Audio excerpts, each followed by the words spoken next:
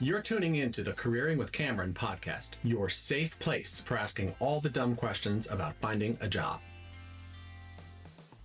Welcome to Careering with Cameron. What if I told you we could help you build a cover letter that would separate you from other candidates? It would actually make the hiring manager even more interested in talking to you before they get to your resume. We're working on cover letters that are going to make you step out of the pack, be able to tell your story, and to do that in a way that the hiring manager is interested.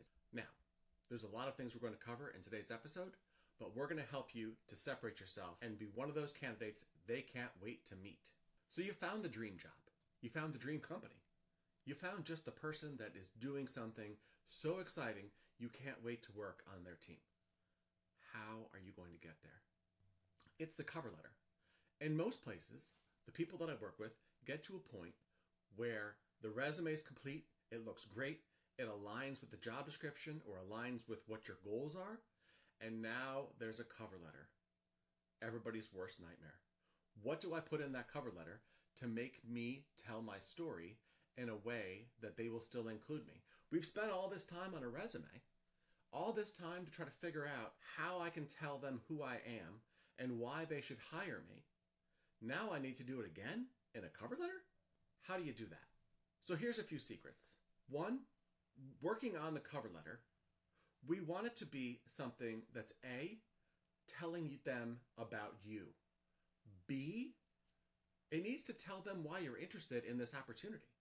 You need to be someone that they say, wow, they would come and join my team and be exciting.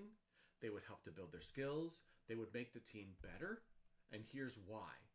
And that doesn't mean that you have to have experience to do that. That means you have to have spirit to do that. You have to know what the company is all about, what the team is all about, and you have to separate yourself by doing that. Most people don't spend a lot of time on cover letters, or they throw them into ChatGPT. And then they create a cover letter that's exactly the same for every job they post to. And in some cases, they forget, and they send a cover letter to the wrong company.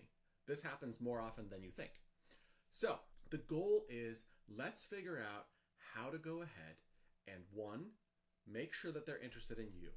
And we're going to do that by having an actual person to send your resume to. We want to direct it to someone, not to whom it may concern. We want to have a person that we're going to, and ideally, we want that person to be more than one. Just like when we talked about networking, we want to make sure that that person is a hiring manager, somebody on the team, somebody in a different part of the organization that can connect you to that role. But we want to make sure there's a human.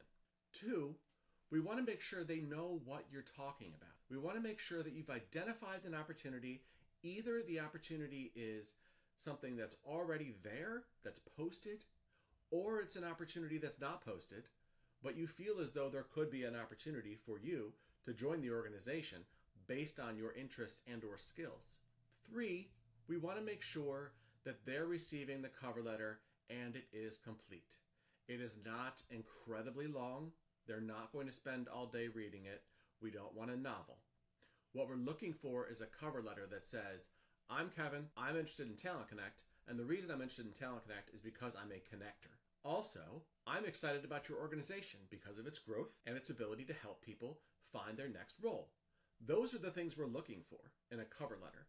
If you have an opportunity where something comes along that you have something real specific to also connect, i.e. something like a software, something like a system that they're using that you used before, any of those types of things would be great to help you get ahead because it's one less thing they're going to train on. The other piece that we need to make sure we're including is to explain to them what you're doing in terms of your search. Are you in search mode? Are you in exploration mode? Where are you with what's going on with you today? So that they understand. And the other piece of this is we want to make sure that they also understand how easy it is to get to you. I understand now that we have cell phones, right? And cell phones, when we call somebody, they automatically have our phone number. They can call back, text back, whatever it may be.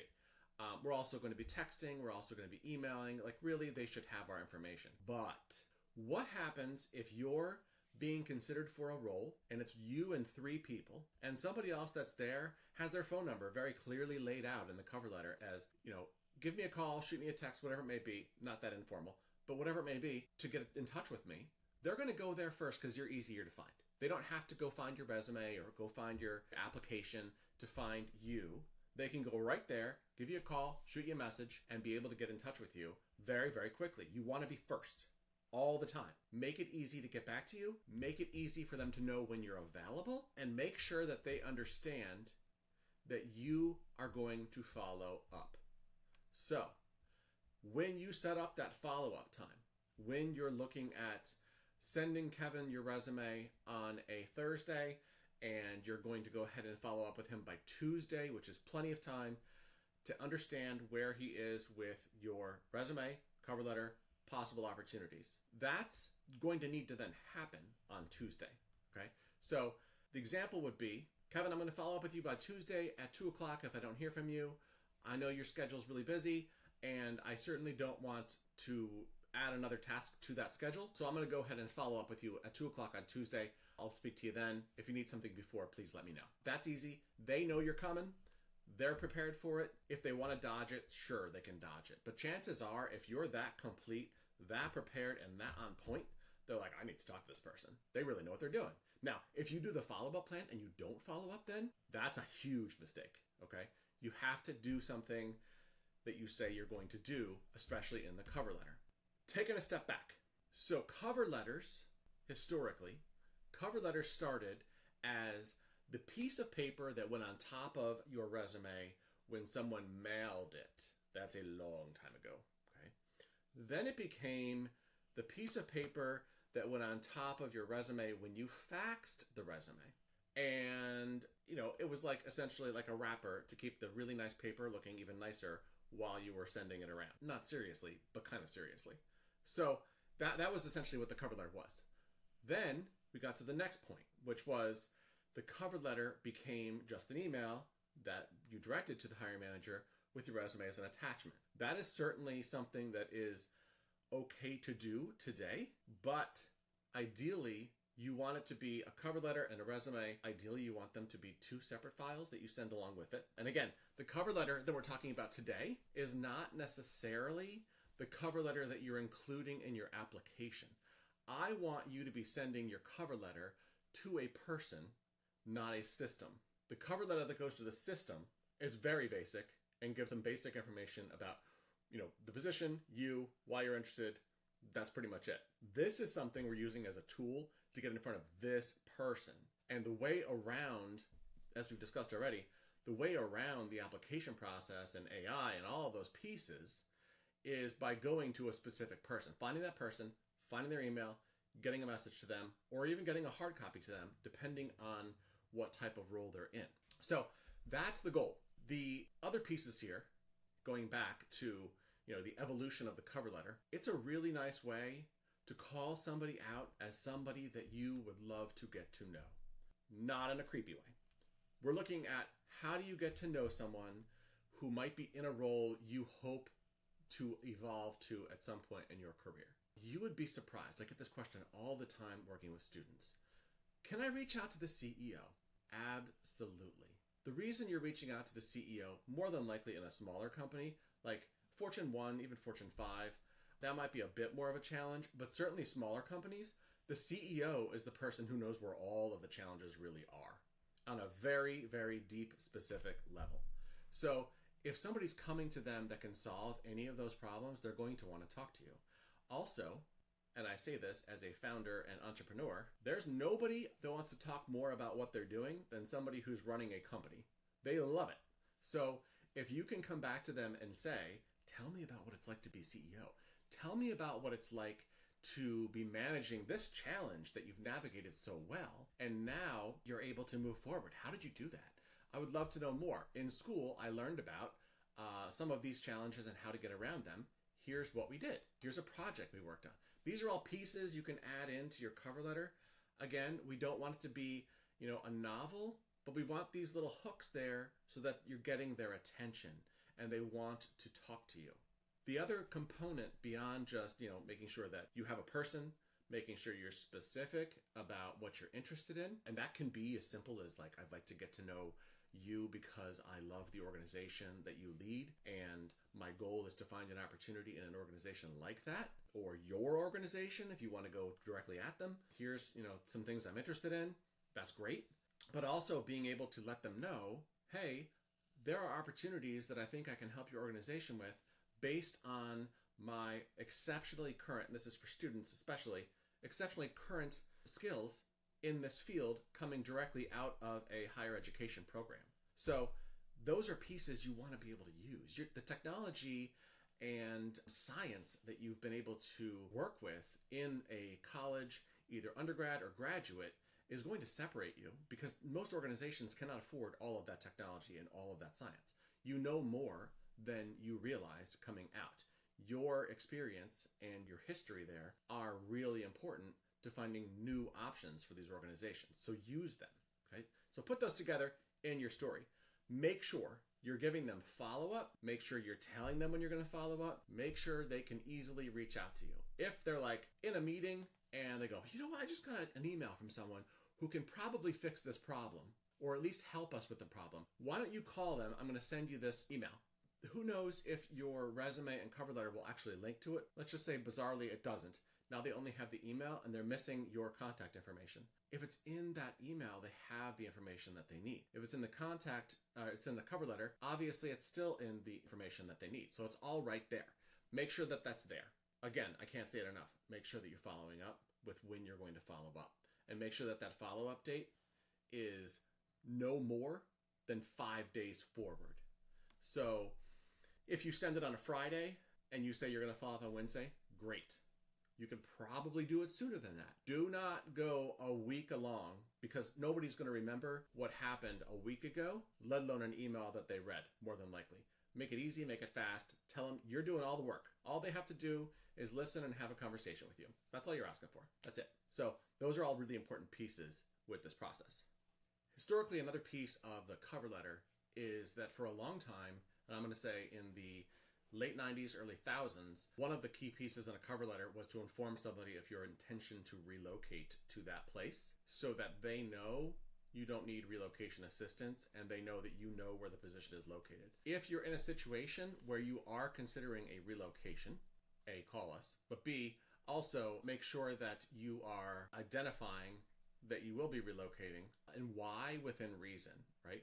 So if it's because you are relocating to a spouse or partner having a new opportunity, you can certainly let them know that. If it's something where you are looking at a new opportunity in a new place because you would like to relocate to that area, maybe you have family there, friends there, whatever it may be, those are all pieces that you can tell them in the cover letter. It will help your cause because if they're looking at you as somebody who they're going to have to relocate as well, there's an additional, obviously, expense to that. So if you're removing that, that's great. That's one of the things we used to address in cover letters. And I will tell you also, as we said before, I was a recruiter for many years. Recruiters really don't spend a lot of time on a cover letter.